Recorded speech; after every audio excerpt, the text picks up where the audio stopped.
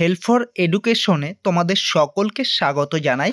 আজ আমরা এই ভিডিওর মাধ্যমে আলোচনা করব সপ্তম শ্রেণীর পরিবেশ ও বিজ্ঞান প্রশ্ন বিচিত্রার সেট 3। দেখো, প্রথম ইউনিট পরীক্ষায় যে সেট 3 মডেল রয়েছে সেই মডেল 3-র সমস্ত প্রশ্ন উত্তর আমরা এই ভিডিওর মাধ্যমে আলোচনা করব। দেখো, রায়মার্টিন প্রশ্ন বিচিত্রা তোমাদের 181 এবং 182 পেজে রয়েছে এই প্রশ্ন সেটটি। দেখো, তোমাদের প্রথম প্রশ্ন রয়েছে তাপ পরিমাণের জন্য প্রচলিত একক, উত্তর হবে ক্যালোরি।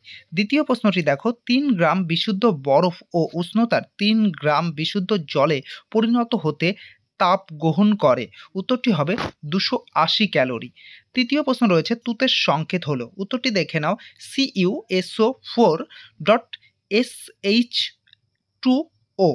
ওকে, 4 নম্বর প্রশ্নটা দেখে নাও, পাথুরে চুন ও জলের বিক্রিয়ায় উৎপন্ন হয়, উত্তরটি দেখো ক্যালসিয়াম হাইড্রোক্সাইড। তারপর পঞ্চম প্রশ্ন রয়েছে পরমাণুর নিস্তরিত কণাটি হলো, উত্তর হবে নিউটন। তারপর দেখো 2-এর দাগের প্রশ্ন রয়েছে, 2-1 কথায় উত্তর দাও। এই প্রশ্নটা আমি লাস্টে তোমাদের দিয়ে দিচ্ছি, তোমরা সেখান থেকে দেখে নিও। আর আগে এই প্রশ্নগুলোর উত্তর আগে দেখে নাও। দেখো, সমতা বিধান রয়েছে, সমতা বিধানটা তোমাদের দেখো প্রথমটার জায়গায় শুধু একটা 2 অ্যাড হয়েছে এবং পরের দাগে গিয়ে দেখো পিবি ওর আগে একটা 2 অ্যাড করবে এবং প্লাস এন ও 2-র আগে একটা 4 অ্যাড করো, তাহলেই কিন্তু প্রথম সমতা বিধানটা হয়ে যাচ্ছে।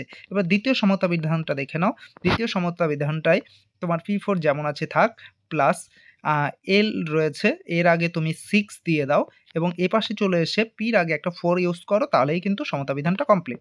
ওকে, এবার দেখো তোমার 3-এর দাগের প্রশ্ন দিয়েছে, একটি বিক্রিয়া লেখা রয়েছে এবং এটি কি বিক্রিয়া, উত্তরটি দেখে নাও এটি একটি প্রতিস্থাপন বিক্রিয়া। তারপর বির প্রশ্নটি দেখো, তোমার Na2S এই যৌগের নাম কি, উত্তর হবে সোডিয়াম সালফাইড।